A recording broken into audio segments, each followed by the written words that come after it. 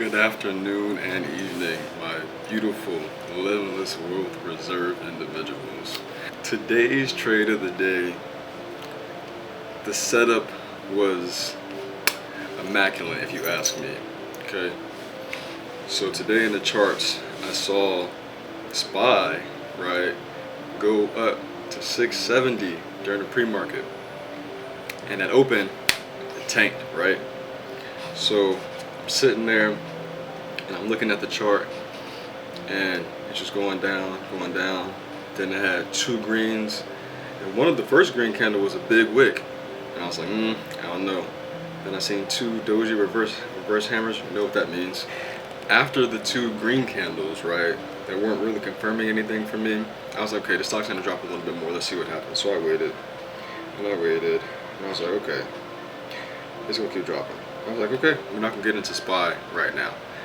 You know, I looked at some other stocks, bought a couple here and there, got into other trades. Those went well, but we're gonna focus about SPY, right? I seen SPY hit 666.7-ish, right, in that area. And I was like, okay, it shouldn't go any lower. Like, in my mind, there's no reason for it to have a $4 drop on the day and they continue to drop. There was, even with the government shutdown, everything going on, it didn't seem realistic in my mind for SPY to continue to drop like that. So, like I explained, stocks love to test, retrace, and retest, okay? And you'll see it in many stocks. And they might not do it immediately, right? They might test, retrace, balance out, and then retest at a later date or a later time in the day or later on the next week or in the month, however it may go. But it's a consistent things that many stocks do, many big stocks, right?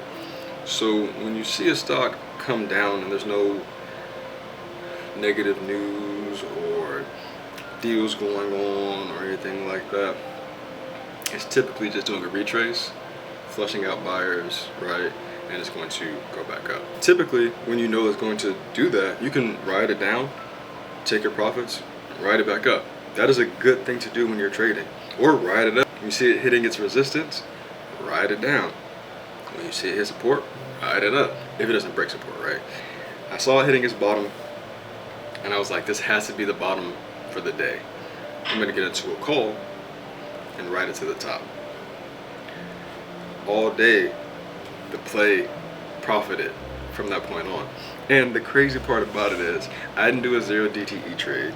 I didn't do a trade that expires this Friday. I have a trade that expires next Wednesday. It's a SPY 670 call. And I will be posting the profits when I get out of the trade and letting you know how it goes. Because I see SPY going to around 672.3. If not tomorrow, then by Tuesday at the latest. And that's what I see from the analysis that I've done. And that was my trade of the day. On this 670 call that I got in, I saw the contract as high as up to 24%. And while I do emphasize, right, taking the small wins at, you know, the 5, 10, 15% range, I foresee this play going to about 40, 50%. And that is when I plan on exiting my trade. I haven't even trimmed my contracts yet. I normally get to, you know, 20, 25%. Now trim some and leave some runners. I haven't even done that yet. However, I will be keeping you guys updated with this trade of the day and the rest of the trades that I make periodically.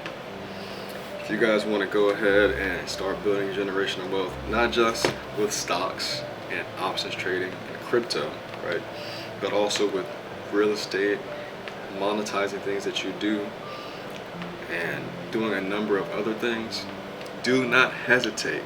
Click the link in the bio and or the description and go ahead and join the Limitless Wealth Reserve so that you start building generational wealth for you and your loved ones. Thank you. Y'all stay blessed.